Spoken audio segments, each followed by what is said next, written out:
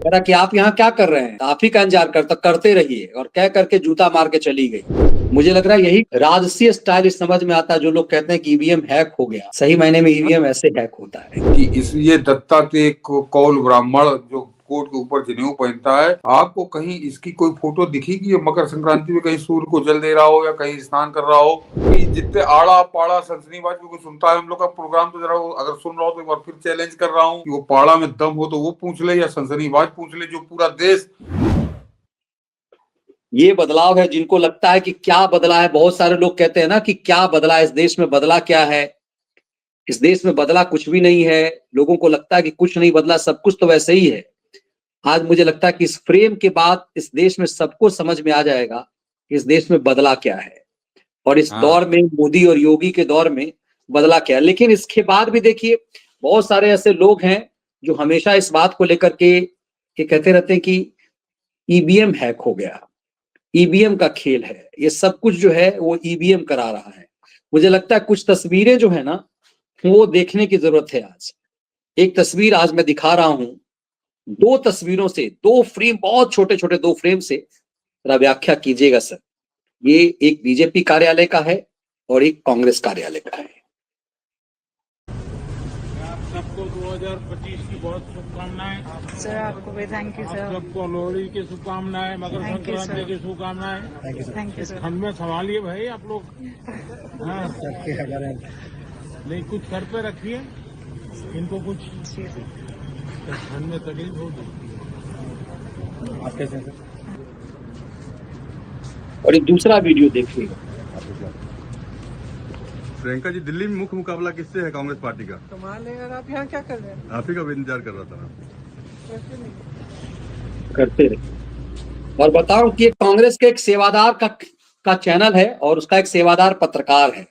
सोचिए, कह रहा कि आप यहाँ क्या कर रहे हैं, आप ही का इंतजार करते रहिए, और कह करके जूता मार के चली गई। और वही देश का प्रधानमंत्री है, वो लौट करके, और ये जानते हैं ज्यादातर लोग जो होते हैं, जो हम लोग इस समय कवर करते हैं, तो देर रात आमतौर पे रिपोर्टर्स कम रहते हैं, कैमरामैन को भेज दिया जाता है, क्योंकि पता होता है कि बाइट वाइट आमतौर पे मिलेगा नहीं। तो कैमरा पर्सन नाइट ड्यूटी वाले होते हैं। संवेदना देश के प्रधानमंत्री का उन कैमरामैनों के लिए। देखिए, वो लौट करके आते हैं गाड़ी से, वो बीजेपी मुख्यालय में उतरते हैं, अंदर जाने के बदले लौट कर आते हैं कैमरा पर्सन की तरफ, रिपोर्टर्स की तरफ। सबको 2025 की बहुत शुभकामनाएं सर। आपको भी थैंक यू सर। सबको लोहड़ी की शुभकामनाएं, मकर संक्रांति की शुभकामनाएं। Thank you sir. ठंड में संभालिए भाई आप लोग। हाँ, नहीं कुछ सर पे रखिए, इनको कुछ ठंड में तकलीफ होगी। आप कैसे हैं सर? और दूसरी तरफ आवाज से मैं पहचान गया सेवादार पत्रकार कौन है। दिल्ली में मुख्य मुकाबला किससे है कांग्रेस पार्टी का? कमाल है यार, आप यहाँ क्या कर रहे हैं? आप ही का भी इंतजार कर रहा था ना। करते रहे।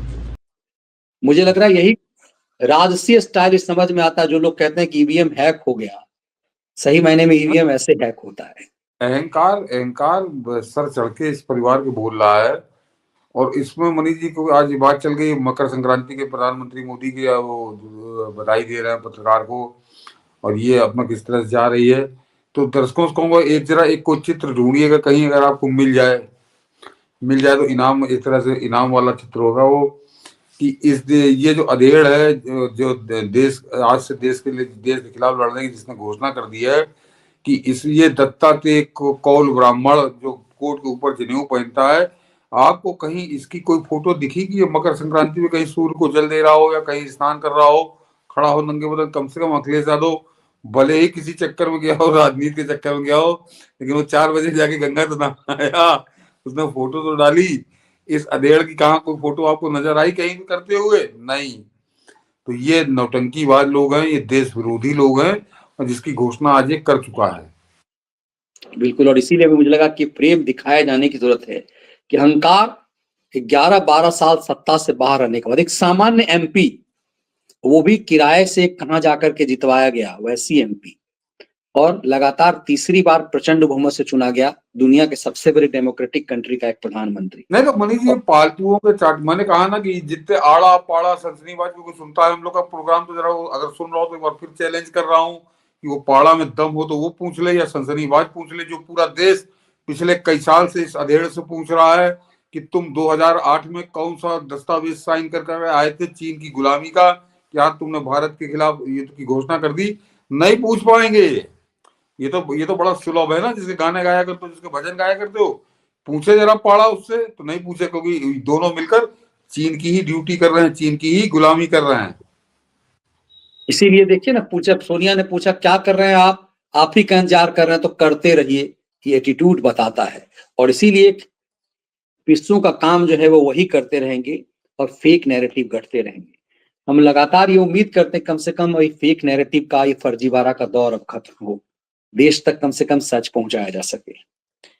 इस विश्लेषण को हम लोग यहीं विराम देते हैं। आप सबसे आग्रह होगा कि वीडियो को लाइक और शेयर जरूर कीजिए, जरूर कम से कम लाइक कीजिए और ज्यादा से ज्यादा लोगों तक इसे पहुंचाइए।